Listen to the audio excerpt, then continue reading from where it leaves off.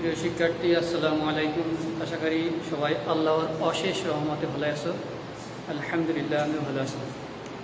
গতদিন আমি এই অধ্যায়ের অর্থাৎ এই পদার্থের গাঠনিক ধর্মের কিছু প্রবলেম নিয়ে আলোচনা করছিলাম। তো অনেকের যদি প্রবলেমের সমস্যা হয়, আমার কাছে কল দেওয়ার কথা ছিল, কিন্তু আসলে একজন কল দিচ্ছিল আর কেউ কল দেওয়া নাই।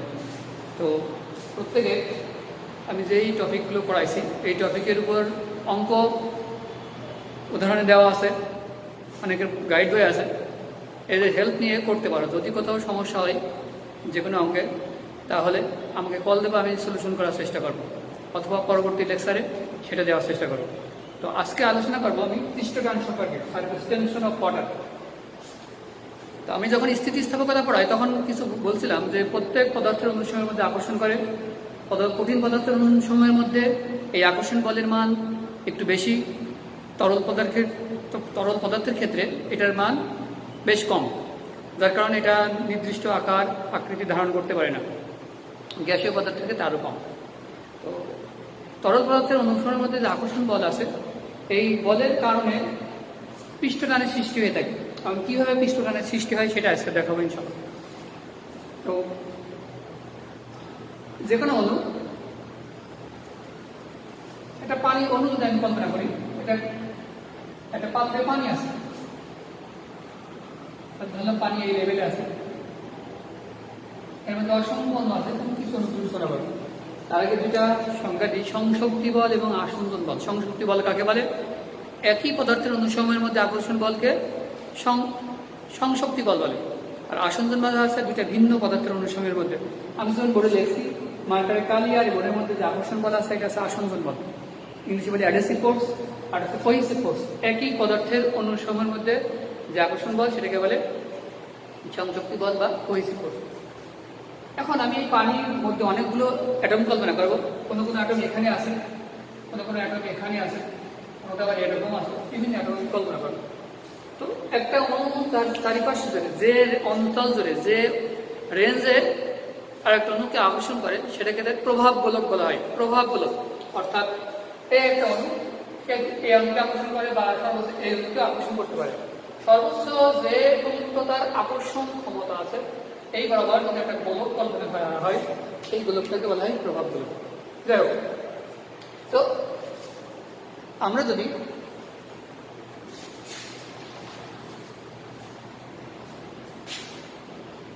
এখন অণু কল্পনা করি, এই অণু চারিদিকে অণু আছে, এদিকে আছে, এদিকে আছে, এদিকে চারিদিকে অণু আছে। প্রত্যেক অণু এদিকে আনবে, পরস্পর আকর্ষণ বল এরা থাকবে, চারিদিকে থাকবে।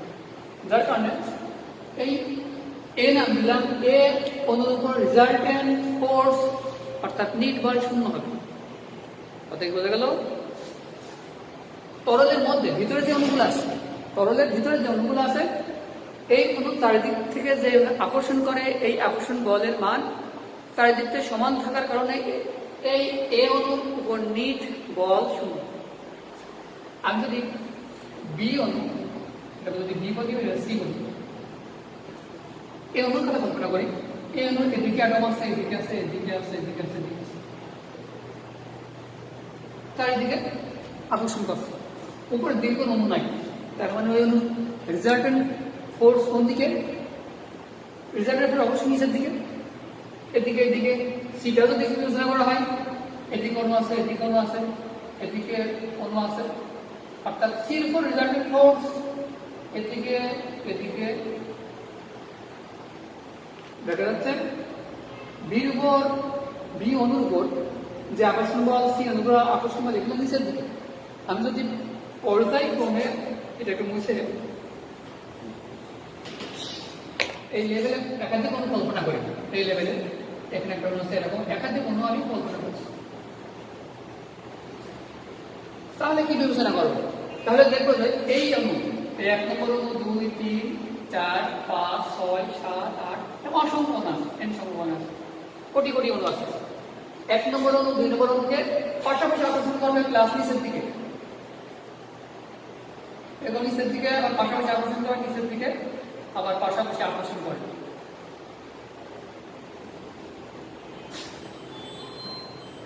অর্থাৎ পর্যায়ক্রমে 1 নম্বর অণু 2 নম্বর অণু, 3 নম্বর অণু পর্যায়ক্রমে একটা আকারকে পরস্পর আকর্ষণ করছে এবং প্রত্যেকের রিজাল্টেন্ট ফোর্স নিচের দিকে, প্রত্যেকের রিজাল্টেন্ট ফোর্স নিচের দিকে। এখন কি দেখা যাবে? এটা কি সবাই নিচের দিকে আসতে থাকবে? 1 2 3 4 5 6 7 8 অণু এগুলো সবাইকে নিচের দিকে আসতে থাকবে? না, আসবে না। কারণ কি? এখানে একটা প্রতিক্রিয়া বলের সৃষ্টি হবে।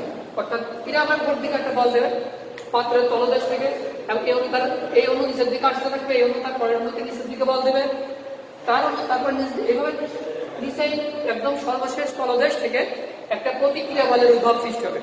তার মানে এরা এই জায়গাতেই থাকবে। তবে এখান থেকে আরেকটা বৈশিষ্ট্য, তরল আরেকটা বৈশিষ্ট্যের দিকে আমরা ধাবিত হতে পারি, যেটা প্রত্যেক তরল পদার্থ নিজেরা কি সংকুচিত হতে চায়। এই বৈশিষ্ট্য থেকে আবার একটা দিক দেখা যায়, 1 নম্বর অণু 2 অণু পরস্পর টানছে, পরস্পরকে এভাবে টেনে ধরছে। তার মানে এই অণু 1 2 3 পর্যায়ক্রমে যে অণুগুলো লেগছে, এগুলো পর্যায়ক্রমে একে অপরকে একটা আকর্ষণ করছে। আকর্ষণ করার পরে তাদের মধ্যে একটা টান বল কাজ করছে। অর্থাৎ সর্বশেষ অর্থাৎ পৃষ্ঠের যে অণুগুলো আছে, এগুলো একে অপরকে আকর্ষণ করছে এবং পরস্পরের আকর্ষণে এবার ধরে আছে। যদিও এই বলের মান নগণ্য, আমার বা তোমার বোঝার তেমন কোনো ক্যাপাসিটি নেই। অর্থাৎ পানির উপরে যেখানে একটা আমি গ্লাসে পানি রাখি, পানির উপরে যদি আমি হাত দিয়ে এই বল বোঝার চেষ্টা করি, তাহলে কিন্তু আমি বুঝতে পারবো না। কারণ ওই স্বল্প মানের বল উপলব্ধি করার ক্ষমতা তোমার আমার নাই।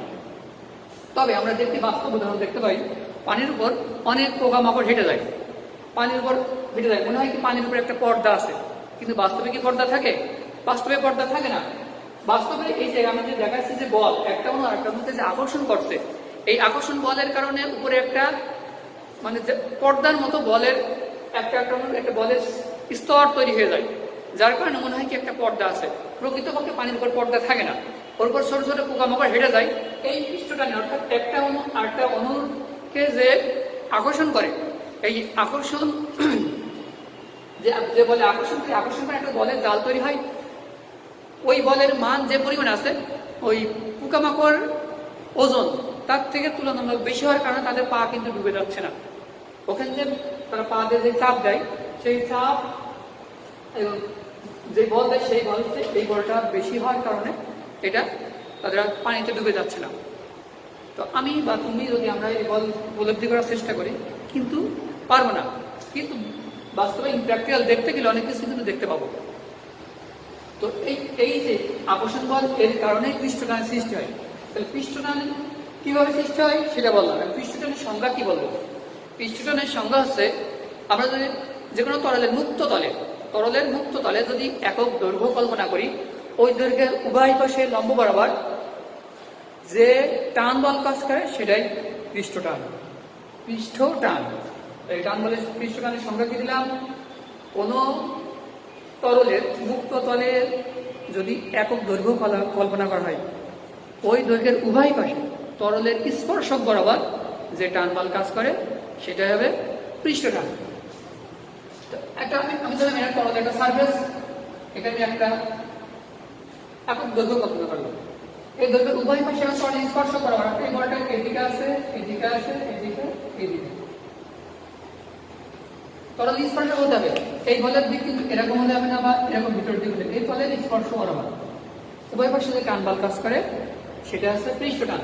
তাহলে পৃষ্ঠটান যে কি দ্বারা কি দ্বারা প্রকাশ করা হয়? তাহলে পৃষ্ঠটান E সমান F ভাগের, তাহলে একক কি হবে? Newton per metre.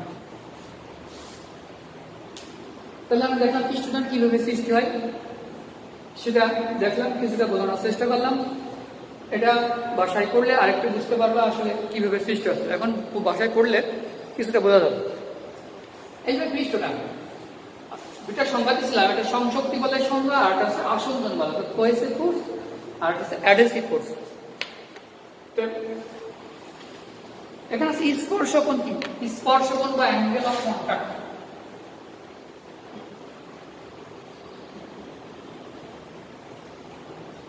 অনেক সময় আমরা গ্লাসে পানি খাই, কিন্তু ওইভাবে অবজার্ভ করা হয় না। আমরা যদি দেখি তাহলে গ্লাসে পানি আছে, পানি নির্দিষ্ট পরিমাণ আছে, এই পরিমাণ আছে, কিন্তু আমরা যদি খুব সূক্ষ্মভাবে দেখার চেষ্টা করি, তাহলে দেখো যে পানি যেখানে গ্লাসের কিনারা সেখানে পানি একটু উঠে মধ্যে থাকে, এরকম উঠে থাকে, পুরোপুরি স্ট্রেট থাকে না, একটু উঠে থাকে। কি কারণে? এই গ্লাস আর পানির অণু, গ্লাস আর পানির অণুর মধ্যে আকর্ষণ বলের কারণে, অ্যাডিশনাল ফোর্সের কারণে। তো স্পর্শকোণ আছে কঠিন ও তরলের স্পর্শতলে। যদি একটা স্পর্শক টানা হয়, ওই স্পর্শক তরলের অভ্যন্তরে যে কোণ তৈরি করে সেটাকে বলে স্পর্শকোণ। কি বললাম? এই যে এটা হচ্ছে কঠিন, গ্লাসের কাজ কঠিন, আর পানিটা আছে তরল। এই স্পর্শতল, স্পর্শ কোথায় করছে? এই যে এখানে করছে। স্পর্শ যদি একটা স্পর্শক টানা, এখানে যদি একটা স্পর্শক টানা হয়, এই স্পর্শকটা তরলের অভ্যন্তরে, তরলের অভ্যন্তরে কোনটা? এইটা, এইটা, এইটা, অবশ্যই এইটা, এইটা, এইটাই হবে স্পর্শকোণ। কার? কাঁচ এবং পানির মধ্যে স্পর্শ। যেকোনো তরল আর যেকোনো কঠিন পদার্থের মধ্যে এই স্পর্শকোণ হবে। ওদের যেখানে তরল এবং পানির মধ্যে বা কঠিনের মধ্যে যেখানে কন্ট্যাক্ট হয়েছে, স্পর্শ হয়েছে, ওখানে একটা যদি আমি স্পর্শক টানি, ওই স্পর্শকটা যদি তরলের অভ্যন্তরে যে কোণ তৈরি করবে সেটা হবে স্পর্শকোণ বা অ্যাঙ্গেল অফ কন্ট্যাক্ট। এখন এটা যদি পানি না হয়, যদি পারদ হতো, কাঁচ আর পারদ, একটা গ্লাস নিলাম, পারদ হলে, পারদ সাধারণত আমরা দেখি কোনো কিছুকে ভিজাতে চাই না, ভেজে অনেক কিছুকে ভেজাই, কিন্তু ভিজাতে চাই না। কি কারণে ভিজাতে চাই না? কারণ বলে বলছি, পারদটা রাখলে কেমন হবে? এখানটা দেখতে, এখানটা সে এরকম হবে, পানি উঠলাম, পানি ছিল কি এই যে কোনারা উপরে উঠে আসলে এই কোনারা নিচের দিকে থাকে। আমি এখানে যদি একটা অ্যাঙ্গেল স্পর্শক টানি, এই স্পর্শকটা তরল অভ্যন্তরে এই কোণটা তৈরি করে, এইটা হবে অ্যাঙ্গেল অফ কন্ট্যাক্ট বা স্পর্শকোণ। অথবা এইভাবে দেখানো যেতে পারে, এটা কাঁচ নিলাম, কাঁচের পারদের কয়েকটা পারদ রাখলাম, পারদটা দেখতে এরকম হবে, একটা এরকমই হবে। এখন যদি স্পর্শক টানা হয়, এই স্পর্শকটা এই পারদের অভ্যন্তরে, তরলের অভ্যন্তরে সংজ্ঞা ছিল কি? কঠিন ও তরলের স্পর্শতলে যদি একটা স্পর্শক টানা যায়, ওই স্পর্শকটা তরলের অভ্যন্তরে যে কোণ তৈরি করে, তরলের অভ্যন্তরে, এই যে এপাশে তরল আছে, পারদ আছে, এর অভ্যন্তরে যে কোণ তৈরি করে সেটা হবে স্পর্শকোণ বা অ্যাঙ্গেল অফ কন্ট্যাক্ট। এখন স্পর্শকোণ আমি দেখছি এখানে থিটার মান বড়, এখানে থিটার মান ছোট, অর্থাৎ স্পর্শকোণ হতে পারে সূক্ষ্মকোণ, হতে পারে স্থূলকোণ।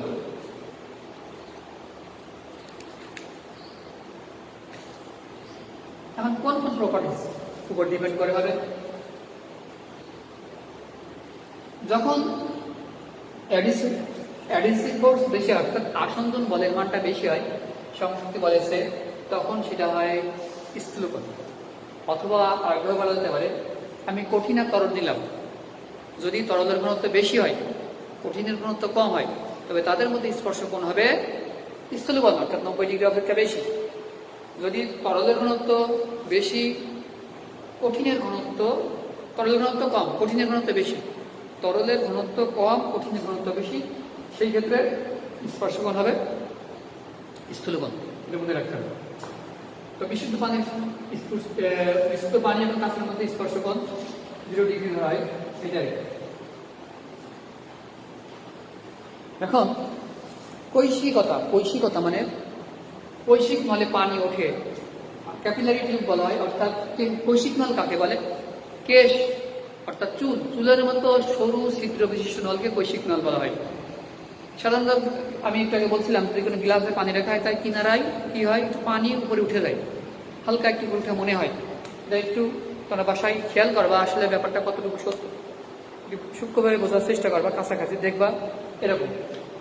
এখন কেশের মতো সরু ছিদ্র বৈশিষ্ট্য যদি, কেশের মতো সরু ছিদ্র বৈশিষ্ট্য যদি কাঁচনল নেওয়া হয়, সেটা যদি তরলে ডুবানো হয়, তরল বলতে পানিতে ডুবানো হয়, তাহলে সেখানে পানি কিছুটা উপরে উঠে যাবে। অর্থাৎ আমি এখানে একটা পাত্রে পানি নিলাম, এই পানি এই লেভেল আছে, আমি একটা ছোট কাঁচনল নিলাম, কিন্তু এটা চুলের মতো সরু হবে, এরকম কাঁচনল, তাহলে দেখবো যে ভিতরে পানি অটোমেটিক্যালি উঠে গেছে, উঠে গেছে। এটা কি কারণে উঠে? আমি তো বলছিলাম একটু আগে যে মোটা গ্লাসে পানি কিনারা ওঠে না, মাঝখানে ওঠে না, এটা বোঝা যায় না। কিন্তু সরু যদি নল হয়, সরু কাঁচনল হয়, সেক্ষেত্রে পানি এরম উপরে উঠে যায়, এটা পিষ্টটানের কারণে উঠে যায়। এখন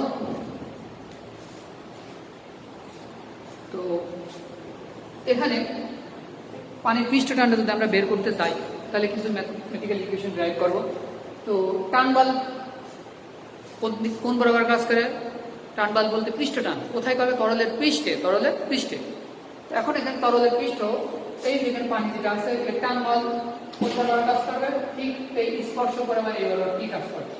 আমি বললাম একক দৈর্ঘ্যে, এই তরলের একক দৈর্ঘ্যে, একক দৈর্ঘ্যে টান বল সমান টি।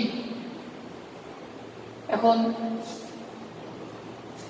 এই কৈশিক নলের ব্যাসার্ধ যদি r ধরা হয়, ব্যাসার্ধ r, তাহলে এর পরিধি হবে 2πr, 2πr, 2πr। তাহলে 2πr দৈর্ঘ্যে টান বল, 2πr দৈর্ঘ্যে টান বল,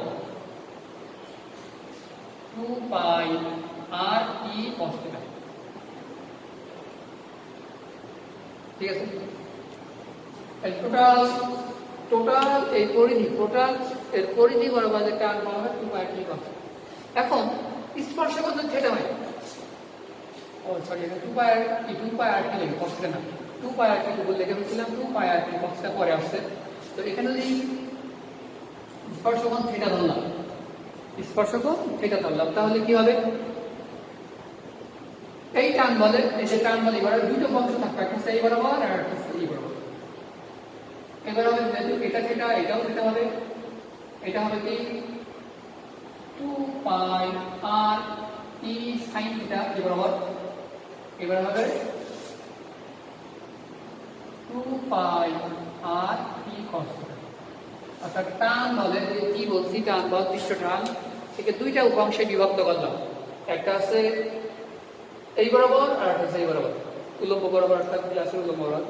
এই 2πr t sin 2πr t sin θ, এটা গ্লাসের অর্থাৎ কৈশিক নলের ওয়াল বরাবর লম্বভাবে ক্রিয়া করবে, চারিদিকে ক্রিয়া করবে, চারিদিকে ক্রিয়ার কারণে 2πr sin θ গ্লাসের ওয়াল দ্বারা না পৌঁছে যাবে, প্রতিক্রিয়া বলতে গ্লাস ওয়ালটা প্রতিক্রিয়া বল দেবে, যার কারণে না পৌঁছে যাবে। 2πr t cos θ, এটা কি লেখা আছে? 2πr t cos θ, এটা 2πr t cos θ।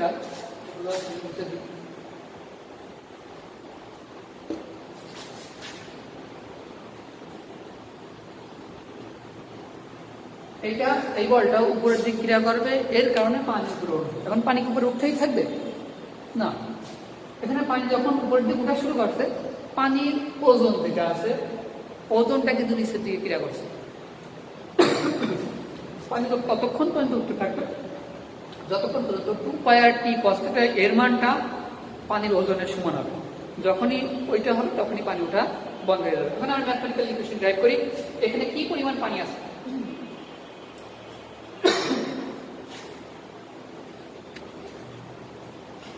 এখন এই এতটুকু আমরা ছবি এখানে আরেকবার আঁকাই, শুধু মোটা করে আঁকাই। পানি মোটা এরা মোটা এরকম, এটা পানি লেভেল এই পর্যন্ত আছে, এই উচ্চতা ধরলাম।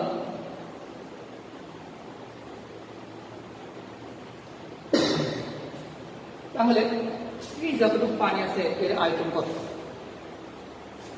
আমরা জানি সিলিন্ডারের আয়তন পাই আর স্কয়ার এইচ। তাহলে এর ব্যাসার্ধ যদি আর হয় তাহলে এর আয়তনের পাই আর স্কয়ার এইচ। আয়তনকে ঘনত্ব দ্বারা গুণ করলে, কোনো বস্তু ঘনত্ব গুণ করলে তার ভর পাওয়া যায়, ভর সেটাকে আবার জি দ্বারা গুণ করলে ওজন পাওয়া যায়, এটা আমরা জানি। তাহলে এই এতটুকু অংশের আয়তন আছে v পাই আর স্কয়ার এইচ। এখন কিছু পানি এই জায়গায় কিছু পানি আছে, যেমন লক্ষ্য করো এই যে এদিকে কিছু পানি আছে, এই পানি কিন্তু হিসাব করা হয়। তো ওইটুকু পানির আয়তন হিসেব করি, টোটালটা যদি এইটা যদি কৈশিক নল ছোট হয়ে থাকে, এইটাও আর হয়ে থাকে, এইটাও আর হয়ে থাকে, তাহলে আমরা এখান থেকে এতটুকু যদি আর ব্যাসার্ধে এবং আর উচ্চতার সিলিন্ডার বিবেচনা করি, টোটাল এতটুকু আয়তন আর ব্যাসার্ধ এবং আর উচ্চতার একটা সিলিন্ডার, তার আয়তন কি হবে? আর ব্যাসার্ধ এবং আর উচ্চতার সিলিন্ডার আয়তন হলো ভি ডায়ামিটার, এটা equal to pi r square pi square pi. কথাই বোঝা গেল? এটা কিন্তু ত্রিমাত্রিক, তাই এরকম অংশ আমার হাত দিতে, অর্থাৎ এটা গ্লাসের মধ্যে এরকম ফাঁপা অংশ থাকবে আমার হাতের মধ্যে চারিদিক থেকে। তো চারিদিক থেকে টোটালটা আমি একটা আর উচ্চতা সিলিন্ডার বিবেচনা করলাম, তার মধ্যে এতটুকু ফাঁকা আছে, তাহলে টোটাল এতটুকু আয়তন আমি পারলাম আয়তন। এখন এখান থেকে এই যে এতটুকু পানি নাই, অর্থাৎ আমার হাতের উচ্চতায় এতটুকু পানি নাই, ওটা একটা এইটা টোটাল এইটা একটা অর্ধগোলক বিবেচনা করে দিতে পারে। তাহলে যতটুকু পানি আছে টোটাল এইটুকু আয়তন হচ্ছে পাই স্কয়ার পাই, অর্থাৎ পাই আর কিউ, ওইটুকু আয়তন। পানি নেই কিন্তু অর্ধগোলক, গোলকের আয়তন আমরা জানি 4/3 পাই আর কিউ। তাহলে এই এতটুকু আছে, অর্থাৎ ভি গ্যাসটা টোটালটার আয়তন, অর্থাৎ এই টোটাল এই এতটুকু আয়তন, তার মধ্যে এই এতটুকু কিন্তু পানি নাই, এখান থেকে এতটুকু পানি নাই, ওইটা একটা অর্ধগোলক হয়। তাহলে এখান থেকে এই আয়তন থেকে একটা অর্ধগোলকের আয়তন যদি বাদ দেওয়া হয় তাহলে কি দাঁড়ায় দেখি আমরা একটু। এটা হচ্ছে এই উচ্চতার আয়তন, এই উচ্চতার আয়তন ভি বা ভি1 দেখি এখানে, আর বাকি অংশের আয়তন লিখলাম, বাকি অংশের আয়তন ভি2 ইকুয়াল টু কি লিখবো, ভি2 ইকুয়াল লিখবো টোটাল এইটুকু আয়তন আছে পাই আর কিউ, এটা আমরা এখানে দেখালাম। সেখান থেকে অর্ধগোলকের আয়তন বাদ দিতে হবে। আমরা জানি গোলকের আয়তন কি, গোলকের আয়তন 4/3 পাই আর কিউ, আর অর্ধগোলক হাফ, এটা আসছে। তাহলে এখানে একটু কাটাকাটি করলে এটা হচ্ছে 2/3 পাই আর কিউ, তাহলে এখানে লসাগু হয় 1/3 পাই আর কিউ। এইটা হচ্ছে জাস্ট এই যে শ্যাডো করা, এই যে শ্যাডো করা এতটুকু অংশের আয়তন হচ্ছে এটা, আর ভি1 তে টোটাল এখানে এতটুকু আয়তন। তাহলে মোট যতটুকু পানি উঠছে, অর্থাৎ কৈশিক মানে মোট যতটুকু পানি উঠছে তার আয়তন, মোট আয়তন V equal to V1 plus ভি2 সমান সমান কি আছে, ভি1 এর যেটা পাই আর স্কয়ার এইচ প্লাস 1/3 পাই আর। এটা হলো ভি আয়তন। ওজন এম কত হবে, তাহলে এদের ওজন গুণ করব পাই, এটা তো জানি আরেকটু শর্টকাট করি, কিন্তু আরেকটু শর্টকাট করি না, এটা একটু পাই আর স্কয়ার কমন দিই, তাহলে এইচ প্লাস r/3 আসছে। এম কি হবে, pi r square h plus r/3 into g, তার সাথে যদি আমি ডাবল দিয়ে ওজন বের করতে চাই, পাই সরি ভুল দিয়েছি পাই কিন্তু সরি ভরের সাথে ঘনত্ব গুণ করলে, সরি আয়তনের সাথে ঘনত্ব গুণ করলে ভর পাওয়া যায়, ভরের সাথে জি গুণ করলে ওজন পাওয়া যায়।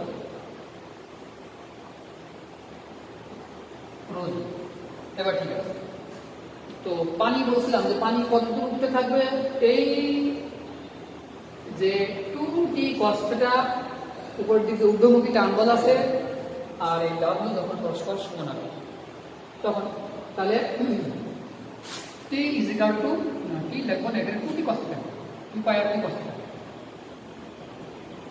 Pi r t cos θ is equal to pi r square h plus r/3 root.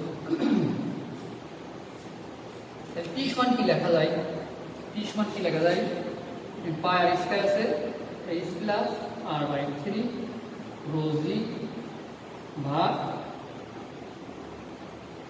2 pi R cos θ। তাহলে এখান থেকে পাই পাই কাটা যায়, তাহলে কি আছে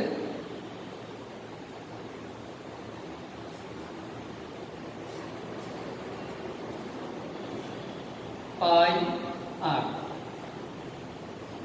পাই করতে r rho g h plus r/3 cos θ। এটা এইটা হচ্ছে কি, এটা হচ্ছে পৃষ্ঠটান কি, এই সূত্র এইটা মনে রাখতে হবে। এখন এই যে এইচ আর এর তুলনায় অনেক বড়, অর্থাৎ আরটা খুব ছোট, তার আবার 3/3 অর্থাৎ এইচ গ্রেটার দেন আর হয়ে থাকে। সেক্ষেত্রে r/3 কে আমরা নেগলেক্ট করতে পারি। r/3 কে যদি নেগলেক্ট করা যায় তাহলে আমরা ইকুয়েশনটা কেমন লিখতে পারি? তো আগে একটু এদিকে মুছে দিতে হচ্ছে, এখানে আমরা মুছে দিয়ে এটা একটু মুছে দিই।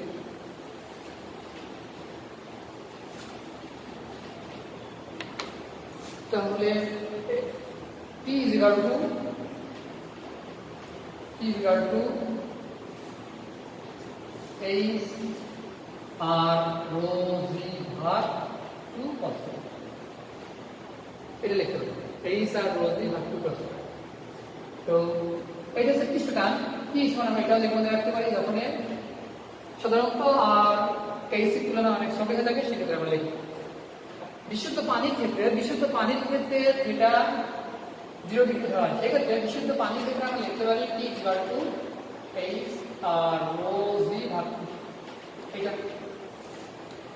দেখলাম আমরা কি পৃষ্ঠটান দেখলাম, পৃষ্ঠটানের ইকুয়েশন বের করলাম।